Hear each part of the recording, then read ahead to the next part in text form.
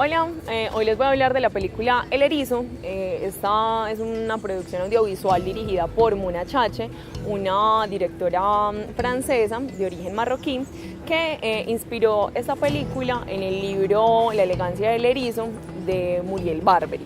El argumento es básicamente que Paloma, una niña de 11 años, se va a suicidar el día de su cumpleaños porque no le encuentra sentido al mundo de los adultos y en la medida que se está entrando a la preadolescencia ve que está más cercana a este mundo y decide que su fin debe ser la muerte, debe ser el suicidio. Sin embargo, durante los meses que faltan para el día de su cumpleaños, conoce a dos personas que le van a cambiar drásticamente esa perspectiva que tiene de la vida. Y es René, la portera del edificio donde vive, y Kakuro, el nuevo vecino. Ella vive, pues, o mejor dicho, todos viven en un edificio de la clase alta parisina y finalmente la película termina siendo una crítica a toda la clase burguesa, no solamente de París, sino en general como esas dinámicas que se ven relacionadas en la película. Es interesante en la medida que la película desarrolla esto de manera muy sutil, incluso esos aspectos desde la fotografía, desde la iluminación que es muy natural, desde el mismo ritmo que tiene la película, le hace sentir al espectador que es una situación que se puede encontrar en cualquier lugar. Entonces, al abordar un asunto tan cotidiano al que se pueden ver abordados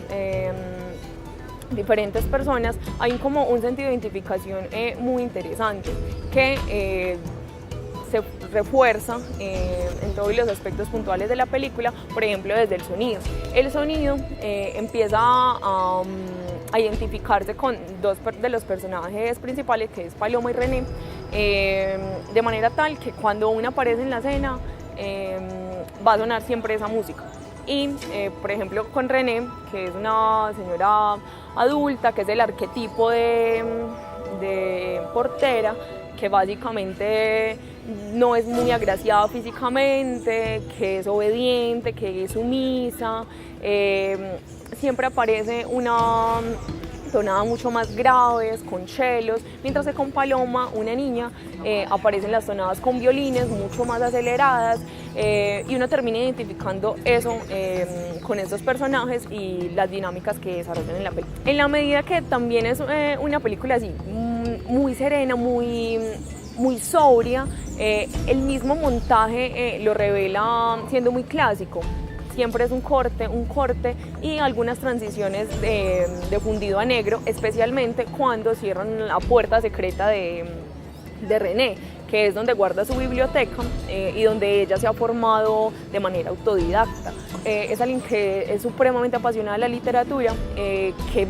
le encanta Tolstoy, y digamos que a partir de Tolstoy y Ana Karenina es que entabla ese puente con ese nuevo vecino que es Kakuro. En términos de fotografía, es muy importante destacar que los planos suelen ser muy cerrados, suelen ser primeros planos, planos medio cerrados o planos generales, porque además de que durante toda la película se trabaja en la misma locación, es decir, el edificio y de pronto un par de lugares aledaños, pero que realmente son 2 o 3 escenas máximo, termina introduciendo de nuevo al espectador a esa intimidad dentro de ese edificio y a esas dinámicas particulares que se están viviendo allí y que están develando a través del argumento. Y en la medida que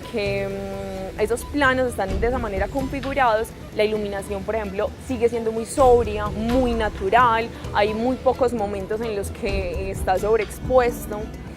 o subexpuesto. En la medida que es un ambiente como tan privado que se le acerca tanto al espectador lo que está sucediendo dentro del edificio, el Foley es esencial porque se empiezan a notar esos detalles importantes dentro del sonido. Además, hay un juego importante con el pez, con el pez rojo, porque es la metáfora que utiliza Paloma realmente para decir: yo no me quiero quedar encerrada en una pecera. Los movimientos de cámara son muy sutiles, aprovechan el movimiento de los mismos personajes para cambiar de ángulos y de una manera muy sutil. El espectador casi que no percibe esos cambios en el encuadre. Sin embargo, no se inscribe como tal a ninguna línea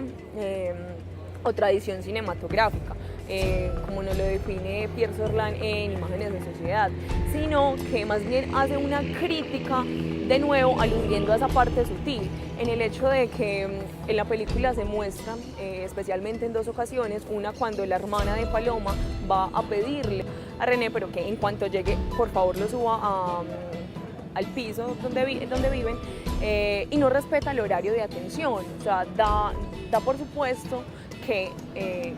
por ser la portera tiene que estar disponible todo el tiempo, y esto no es así. Entonces, que hagan hincapié en esos pequeños detalles donde se ve manifiesto un comportamiento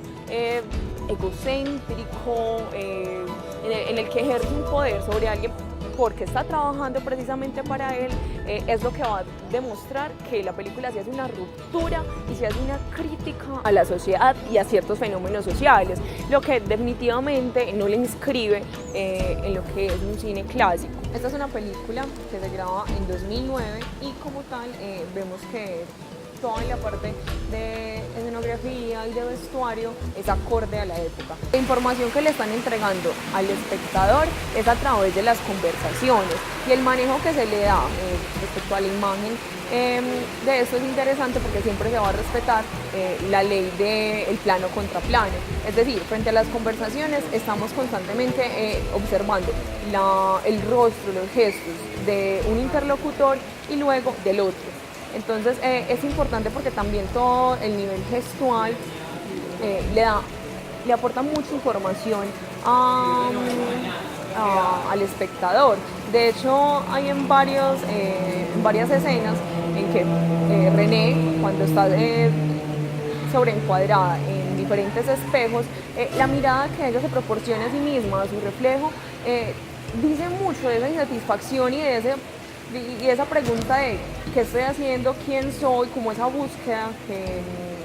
por ese reflejo, por ese yo. Entonces es interesante este manejo que se le da a través de la gestualidad, puesto que al ser una película tan cercana es importante que todos esos detalles estén bien logrados y claramente bien identificados. Por eso mismo es muy importante el verbocentrismo en la película, porque si las conversaciones quedó en ese hilo conductor, como les venía diciendo, que aportan la información, no se escuchara, pues básicamente estaríamos en la penumbra. Pero no, todas las conversaciones son completamente claras y audibles. Y en ese sentido, el sonido también es muy clasicista porque aplica o cumple con las condiciones a las que alude Claudia Gorman cuando dice que el universo sonoro de una película es clásico, puesto que, como les decía antes, la música a veces se vuelve invisible, tiene un carácter de unidad, puesto que básicamente son las mismas tonadas durante toda la película. También es inaudible porque el espectador, o en este caso pues el oyente, no se percata a veces de que está escuchando música, sino que simplemente está viendo, se deja encantar por lo que está viendo en las imágenes. El sonido siempre es extradigético, nunca conocemos de dónde vienen estas tonadas, pero permanecen. Es interesante también frente al uso de la imagen como Paloma, que trata de grabar sus últimos días y trata de explicar por qué definitivamente no quiere pertenecer al mundo de los adultos, ese sonido y también la imagen